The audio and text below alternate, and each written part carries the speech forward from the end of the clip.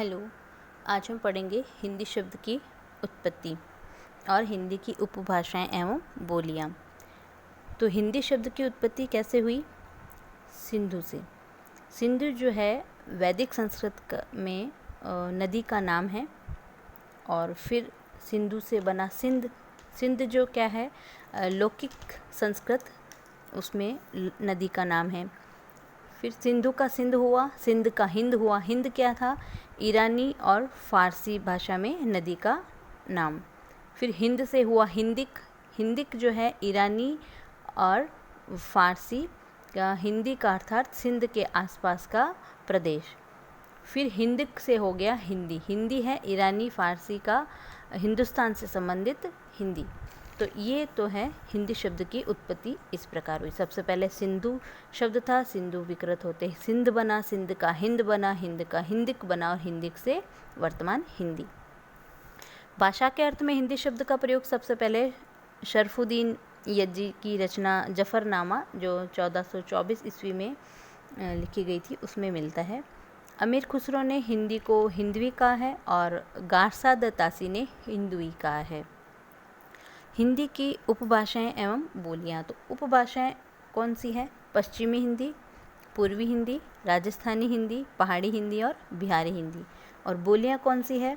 जैसे पश्चिमी हिंदी की बोलियां हैं खड़ी बोली, हरियाणवी, कन्नौजी, ब्रजभाषा और बुंदेली। और पूर्वी हिंदी में अवधी, बघेली, छत्तीसगढ़ी।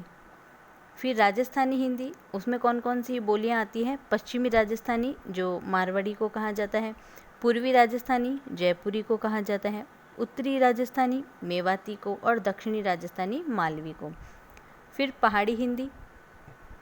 पहाड़ी हिंदी में पश्चिमी पहाड़ी और मध्यवर्ती पहाड़ी, जिसे गढ़वाली और कुमायूनी कहा जाता है।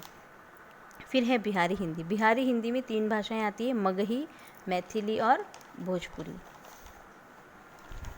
तो साहित्य के इतिहास में पहली बार कवियों एवं लेखकों का कालक्रमानुसार वर्णन जॉर्ज ग्रियर्सन ने किया था। उन्होंने the modern vernacular literature of Hindustan लिख करके इस प्रवृत्ति की शुरुआत की। ग्रियर्सन की इस पुस्तक में न केवल युगीन परिस्थितियों का चित्रण है बल्कि हिंदी भाषा को संस्कृत, उर्दू, प्राकृत आदि से अलग रखने का प्रयास भी किया गया है। फिर है पूर्वी हिंदी। तो अवधी, बघेली, छत्तीसगढ़ी, ये क्या है? पूर्वी हिंदी के अंतर्गत आती है। तो इसमें पहले अवधी भाषा का परिचय हम देखते हैं।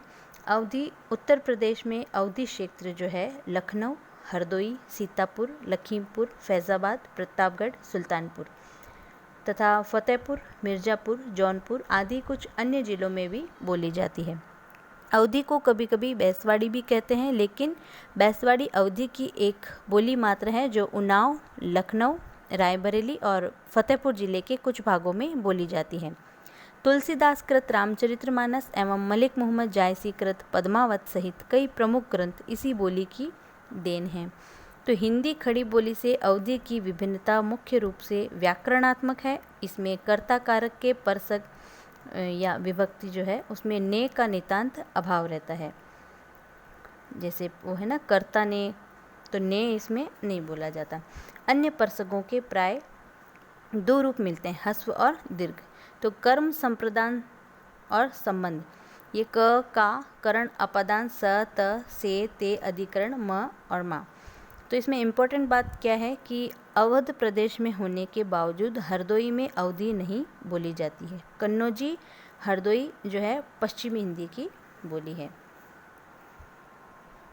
चंद्रभूषण द्विवेदी जो है अर्थात रमई काका जिन्हें कहा जाता है, अवधी के आधुनिक साहित्यकार हैं।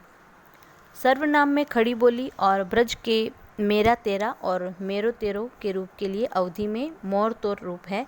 इनके अतिरिक्त पूर्वी अवधी में पश्चिमी अवधी के सो, जो, को के समानांतर से जे के रूप प्राप्त है। इन लक्षणों के अनुसार अवधी की बोलियों के 3 वर्ग माने गए हैं, पश्चिमी, मध्यवर्ती, पूर्वी। पश्चिमी बोली पर निकटता के कारण ब्रज का और पूर्वी पर भोजपुरी का प्रभाव है। इनके अतिरिक्त बघेली का अपना अलग अस्तित्व है। पाली भाषा में बहुधा ऐसे रूप मिलते हैं जिनसे अवधी के रूपों का विकास सिद्ध किया जा सकता है। प्राचीन अवधी साहित्य की दो शाखाएं हैं, एक भक्ति काव्य और दूसरी प्रेमाख्यान काव्य। तो भक्ति काव्य में गोस्वामी तुलसीदास का रामचरितमानस, संकलन उसका 1631 में हुआ, अवधी साहित्य की प्रमुख कृति है और इसकी भाषा संस्कृत शब्दावली से भरी है। इसी भक्ति साहित्य के अंतर्गत लालदास का अवधी विलास आता है। इसकी रचना संवत 1700 में हुई। संत कवियों में बाबा मल्लुकदास भी अवधी क्षेत्र के थे। इनके शिष्य बाबा मथुरादास की बानी भी अधिकतर अवधी में है। बाबा धरणीदास यद्यपि छपरा जिले के थे तथापि उनकी बानी अवधी में प्रकाशित हुई। तो प्रेमाख्यान काव्य में सर्वप्रसिद्ध ग्रंथ मलिक मोहम्मद जायसी रचित पद्मावत है, जिसकी रचना रामचरितमानस से 34 वर्ष पूर्व हुई। दोहे चौपाई का जो क्रम पद्मावत में है प्राय वही मानस में मिलता है। प्रेमाख्यान काव्य में मुसलमान लेखकों ने सूफी मत का रहस्य प्रकट किया है। इस काव्य की परंपरा कई सौ वर्षों तक चलती रही। मंजन की मधुमालती, उस्मान की चित्रावली, आलम की माधवानल कामकंदला, नूर मोहम्मद की इंद्रावती और शेख निसार की यूसुफ जुलेखा इसी परंपरा की रचनाएं हैं। बघेले राजपूतों का क्षेत्र होने के कारण यह क्षेत्र बघेलखंड कहलाया और वहाँ की बोली बघेली। कुछ अपवादों को छोड़कर के बघेली में केवल साहित्य ही मिलता है। इसका क्षेत्र है रीवा, दमोह, जबलपुर, मांडला, बालाघाट, बांद्रा, हमीरपुर आदि, नागौद, वहाडोल, सतना और नेहर। तो बघेली को दक्षिणी अवधी भी कहा जाता है। बघेली में संज्ञा विशेषण के रूप 3 तरह से चलते हैं, लरिका, लरिकवा, लरिकोवा, मबा, कुमोही, तबा, तोही आदि।